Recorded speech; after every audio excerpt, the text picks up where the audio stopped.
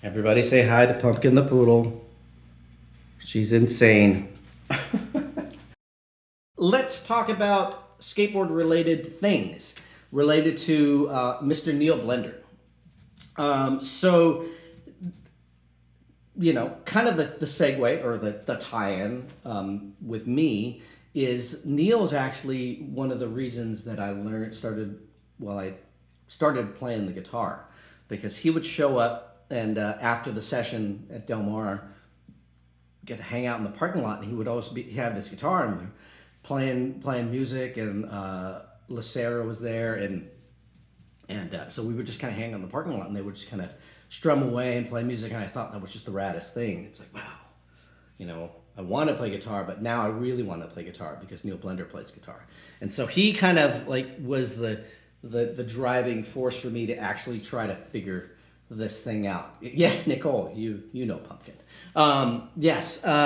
So let's talk a little bit about Neil Blender.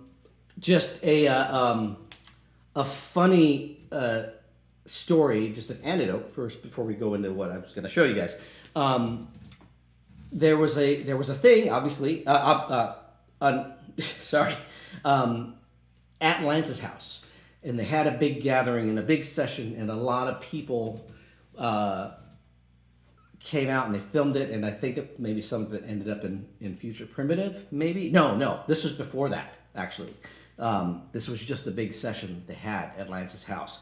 And so I rode up with Mr. Anthony Frank Hawk, Tony Hawk, and as we're driving up, and we were, kind of halfway there or something like that, and we see this sort of maroon-colored Volvo kind of ahead of us a little bit. And we're looking at it. It's like, what's going on with the driver?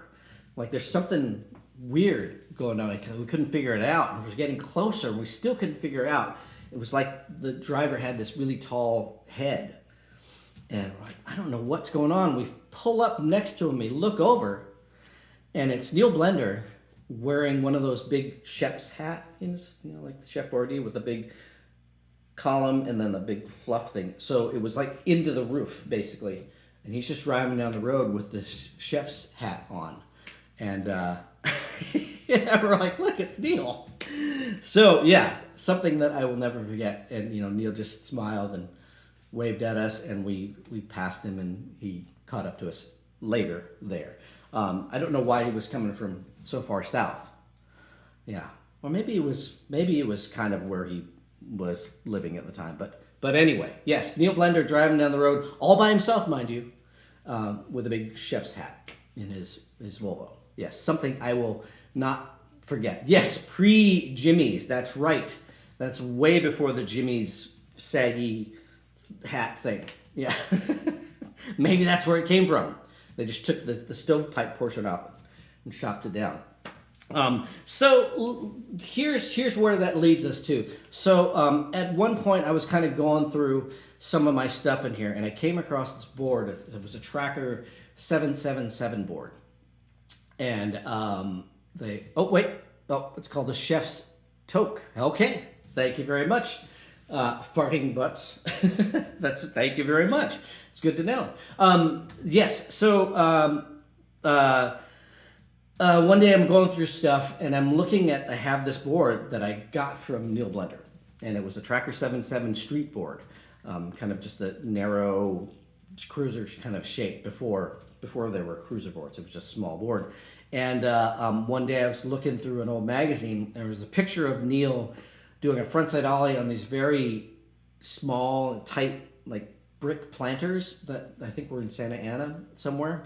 Speaking of Santa Anas. And I'm looking at it, and you can kind of see the top of the board. And the board basically had these like just torn up pieces of blue grip tape just kind of all over the place. And probably maybe out of necessity, or maybe because he thought it was cooler than just covering it with grip tape. But anyway, I was looking at it and looking at the board I have, and I was like, I have the board that he's riding here.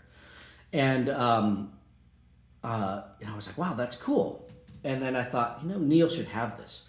So one day I said, hey, I have this board that you were riding in this photo, and you can tell because the grip tape, you can see the grip tape in it. And I was like, you should have it because it's, you know, it's your board. And yeah, I was trying not to have so many things.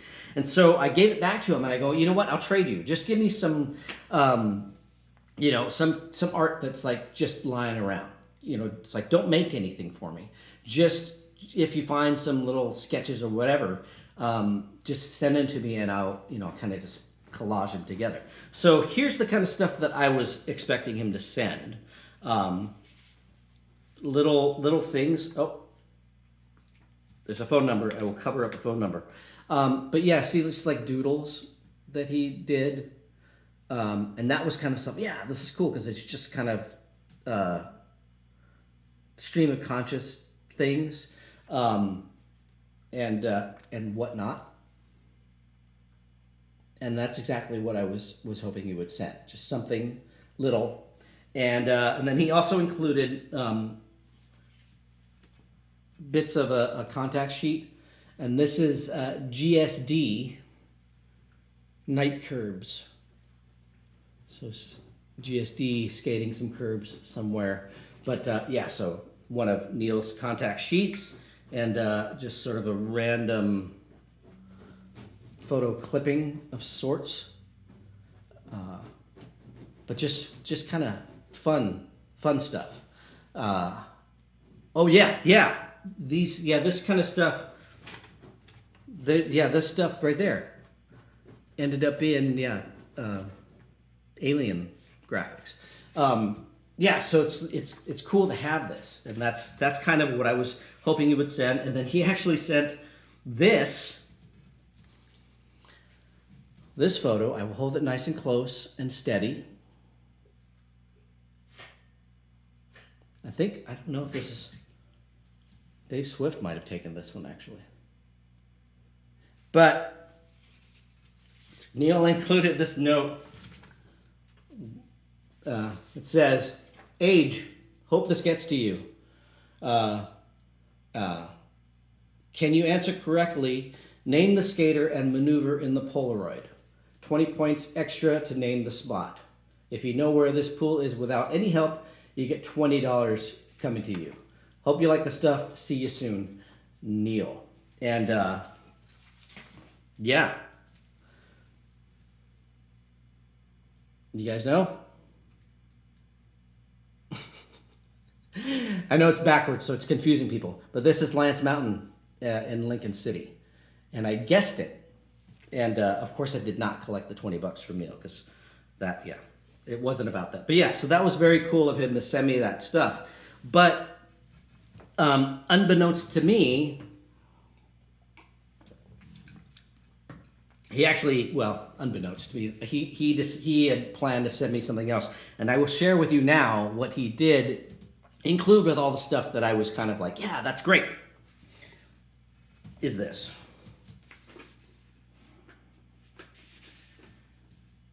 Original Neil Blender pen and watercolor. And this resides just outside my music room there. And it is awesome. And yeah, I actually kind of see this every morning when I get up, and I kind of just getting ready for work and whatnot. It's kind of right in the hallway, and I kind of see it throughout the morning. And it's just knowing that it's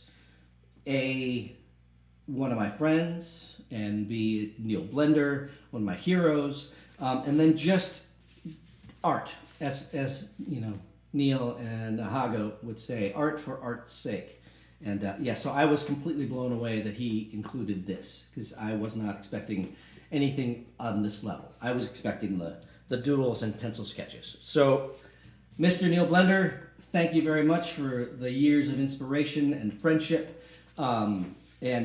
Yes, he will never admit how important he is to all of us, but we all know, everybody knows, that he is, just beyond important to so many of us. So I raise my glass to you, Neil Blender.